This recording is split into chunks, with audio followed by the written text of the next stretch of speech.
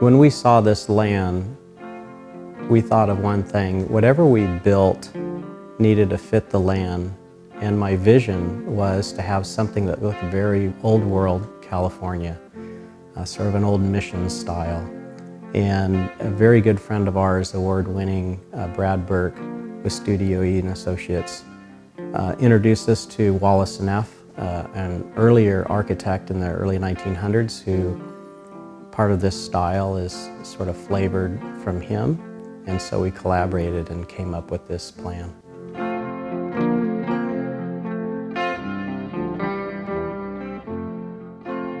Well, going back many years ago, my grandfather was kind of a handyman. He could do a little of everything, but nothing all that great.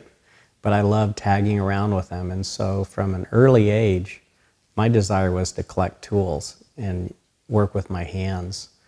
When I was in high school, I took ROP courses and then later worked in a custom cabinet shop.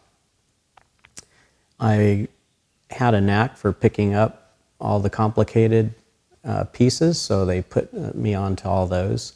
And so at the young age of 20, I got my C6, Cabinet Millwork Contractor's License. And a few years after getting my Cabinet Millwork Contractor's License, I got my General Contractor's License.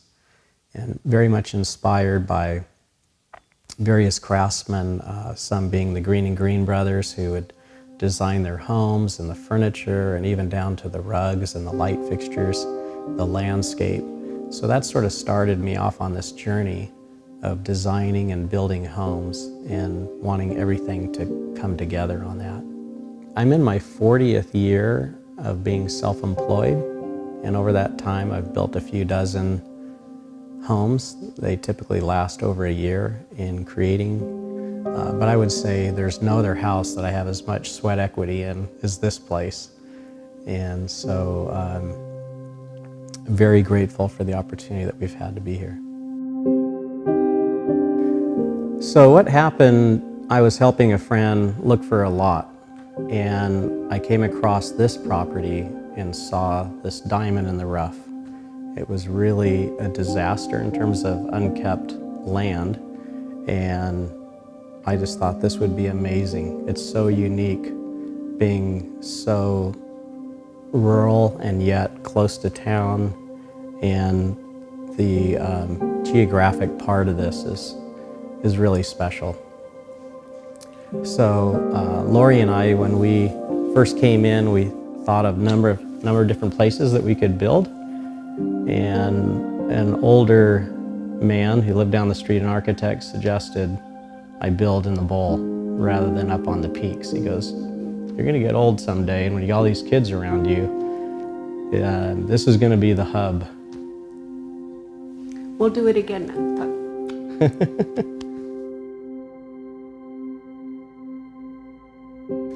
So another thing that we love about the house and the way it was designed, being in California, the weather's so great year-round, and we wanted to be able to live inside and outside. And so most of the houses has covered patios all the way around it, huge overhangs. And so it's really great. We open up all the doors, and the flow from kitchen to kitchen. Another hobby is cooking. And so we have a fully outfitted outdoor kitchen, a huge gathering place for family and friends. And so that's set up to where multiple people can be cooking and entertaining, and one of definitely our favorite spots of being here on the property.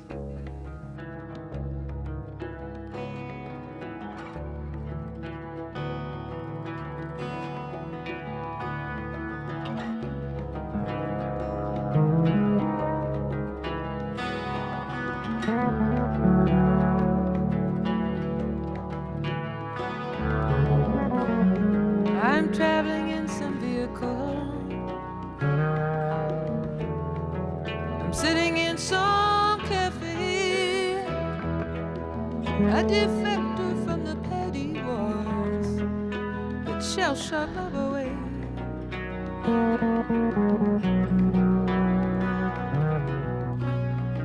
There's comfort in melancholy,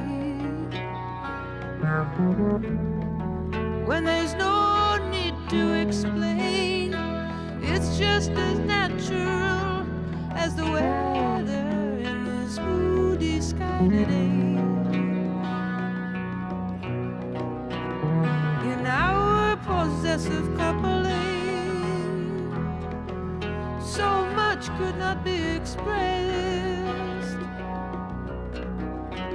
So now I am returning to myself, these things that you and I suppressed. I see something of myself in everyone, just at this moment of the world. The snow gathers like bolts of lace, waltzing on a ballroom girl.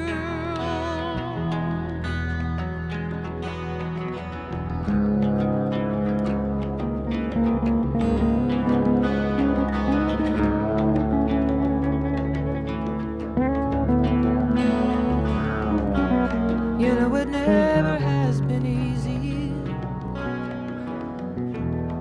whether you do or you do not resign, whether you travel the breadth of extremities or stick to... My favorite time of day would probably be the evening at dusk.